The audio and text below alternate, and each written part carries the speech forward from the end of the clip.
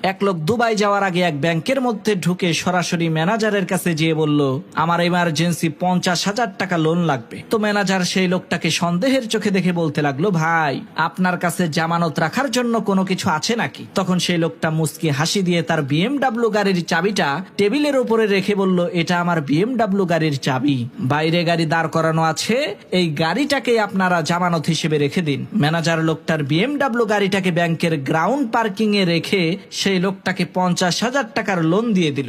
2 সপ্তাহ পর ওই লোকটা দুবাই থেকে ফিরে এসে ব্যাংকে যেয়ে বলল, আমার লোন ক্লিয়ার করে আমার গাড়িটা ফেরত দেন। তখন ম্যানেজার বলল, 50,000 টাকা আসল আর 700 টাকা সুদ, মোট 50,700 টাকা দিতে হবে। ম্যানেজারের এই কথা শুনে সেই লোকটা সাথে সাথে 50,700 টাকা দিয়ে গাড়ির চাবিটা নিয়ে হাঁটা ধরলো।